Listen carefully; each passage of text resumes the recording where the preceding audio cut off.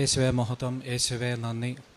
ആദ്യം തന്നെ ഞാൻ എൻ്റെ അമ്മ മാതാവിനും ഈശോയ്ക്കും ഒരുപാട് നന്ദി പറയുന്നു, ഇവിടെ വരികയും ഒരു സ്റ്റേജിൽ പറഞ്ഞ് സാക്ഷ്യം പറയാൻ അവസരം തന്നതിന്.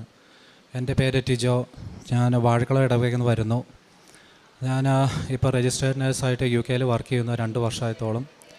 UK പോകുന്നതിന് മുമ്പ് ഞാൻ ഓൺലൈൻ ഉടമ്പടി എടുത്തായിരുന്നു. UK നല്ല ഹോസ്പിറ്റലിൽ ജോയിൻ ചെയ്യാനും അതുപോലെ നല്ല സാലറി അട്രാക്ട്മെൻറ്റോടെ വർക്ക് ചെയ്യാനും മറ്റ് തടസ്സങ്ങളൊക്കെ മാറാൻ വേണ്ടി. പോകുന്നതിന് മുമ്പ് കോൺട്രാക്റ്റ് റിസീവ് ചെയ്തായിരുന്നു. അതിൽ നല്ല സാലറിയും പേയ്മെൻറ്റും എല്ലാം ഡീറ്റെയിൽസും ഹോസ്പിറ്റൽ ഡീറ്റെയിൽസും എല്ലാം കണ്ടതിന് ഒരുപാട് നന്ദിയുണ്ട് കർത്താവിന്. UK ഹോസ്പിറ്റലിൽ ജോയിൻ ചെയ്തു. അവിടെ രജിസ്റ്റേർഡ് നേഴ്സായിട്ട് വർക്ക് ചെയ്യാൻ വേണ്ടി നമുക്ക് ഓസ്കി പാസ്സാവണമല്ലോ. ഓസ്കി പാസ്സായാലേ നമ്മൾ രജിസ്റ്റേർഡ് നേഴ്സ് ആവത്തുള്ളൂ.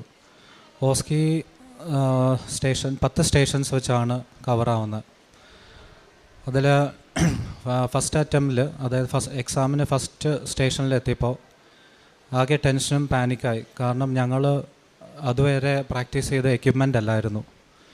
അത് കണ്ടപ്പോഴേ കൈയൊന്ന് പോയി, എല്ലാം പോകുമെന്ന് വിചാരിച്ചു.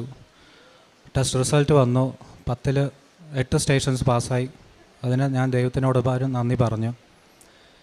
പിന്നെ ബാക്കി 2 സ്റ്റേഷൻസ് ഫോക്കസ് ചെയ്താൽ മതിയായിരുന്നല്ലോ. അപ്പോൾ ബാക്കി സ്റ്റേഷൻസ് മാതാവിനോട് പ്രാർത്ഥിച്ച് കയ്യിലുള്ള കാശിരൂപം കൊണ്ട് മുറുകെ പിടിച്ച് പോക്കറ്റിൽ വെച്ചു.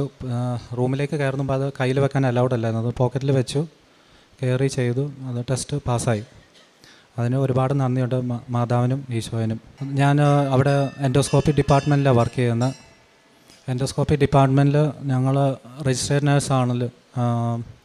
അതായത് എൻഡോസ്കോപ്പിസ്റ്റിനോ കൺസൾട്ടൻസിന് നമ്മൾ അസിസ്റ്റ് ചെയ്യുന്ന ബയോപ്സിയൊക്കെ എടുക്കാൻ. അപ്പോൾ ബയോപ്സി എടുത്തു കഴിഞ്ഞപ്പോൾ ഞാനതിന് അസിസ്റ്റ് ചെയ്ത് ബയോപ്സി എടുത്തു കഴിഞ്ഞപ്പോൾ സാമ്പിൾ എടുത്ത് നമ്മൾ കാസറ്റിൽ ക്ലോസ് ചെയ്ത് വെക്കുകയാണ് ചെയ്യുന്നത്.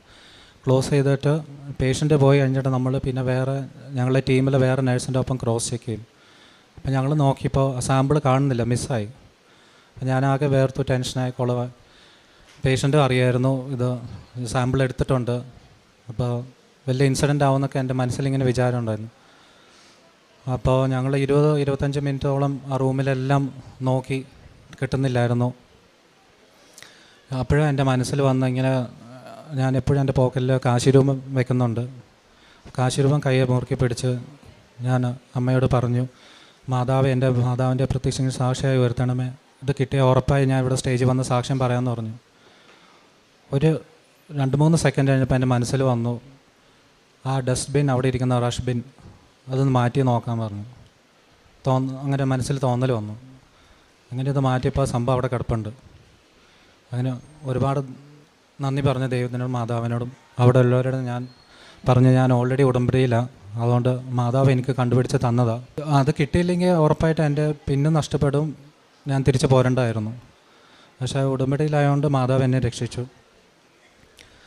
പിന്നെ ഉടമ്പടി എടുക്കുന്ന മുമ്പ് ഉടമ്പടിയിലായിരുന്നപ്പോൾ ഞാൻ എൻ്റെ മമ്മിയുടെ കാര്യങ്ങൾ വെച്ചായിരുന്നു. മമ്മിക്ക് ഓപ്പറേഷൻ ചെയ്യേണ്ടി വന്നായിരുന്നു. അതായത് മമ്മിക്ക് ലേറ്റസ്റ്റ് സ്റ്റേജ് യൂട്രസ് പ്രൊലാപ്സായി. 2 ഹോസ്പിറ്റലിലും കൊണ്ടുപോയി. 2 ഹോസ്പിറ്റലിൽ അവർ റിജക്റ്റ് ചെയ്തു. കാരണം ഏജ് ഓവറും ഒരുപാട് മെഡിക്കൽ കണ്ടീഷൻസും മെഡിസിൻ എടുത്തുകൊണ്ടിരുന്നായിരുന്നു. അപ്പോൾ മമ്മിയുടെ അനിയത്തി, എൻ്റെ ആൻറ്റി പറഞ്ഞായിരുന്നു, ഒരു ഹോസ്പിറ്റലിൽ വിളിച്ച് നോക്കാം, ഡോക്ടറിനെ വിളിക്കാം, സംസാരിച്ച് നോക്കാം. അങ്ങനെ വിളിച്ച് സംസാരിച്ച് ഡോക്ടറോട് പറഞ്ഞു, ഞങ്ങൾ ഇങ്ങനെ ഏജ് ഓവറാണ്, വേറെ ഹോസ്പിറ്റൽസിൽ ചെയ്യില്ല എന്ന് പറഞ്ഞു, ഇത്ര മെഡിക്കേഷൻസ് എടുക്കുന്നുണ്ട്. അപ്പോൾ ഡോക്ടർ പറഞ്ഞു, സാരില്ല, നമുക്ക് ചെയ്തേക്കാമെന്ന് പറഞ്ഞു.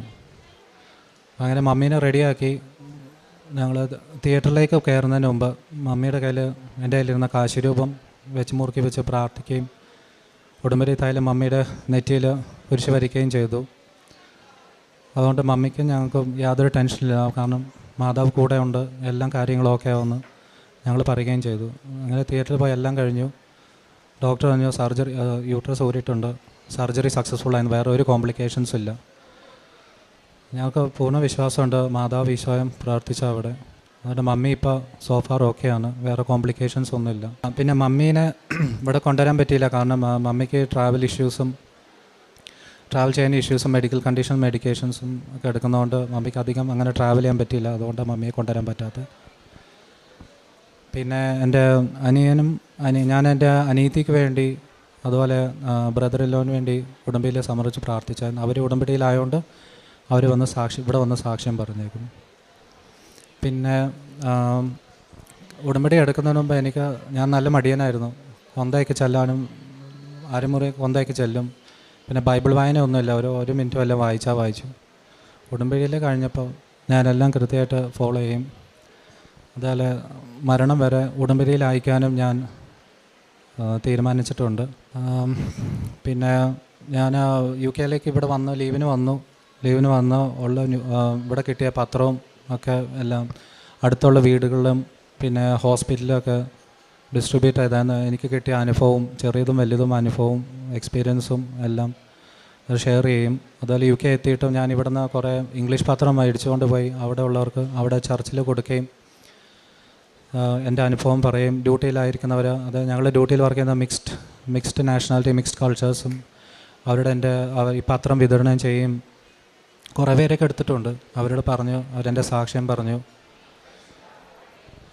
അങ്ങനെ കിട്ടിയ എല്ലാ അനുഗ്രഹങ്ങൾക്കും ചെറുതും വലിയ അനുഗ്രഹത്തിനായി എൻ്റെ അമ്മ മാതാവിനും ഈശോയിനും ഒരുപാട് നന്ദി പറയുന്നു.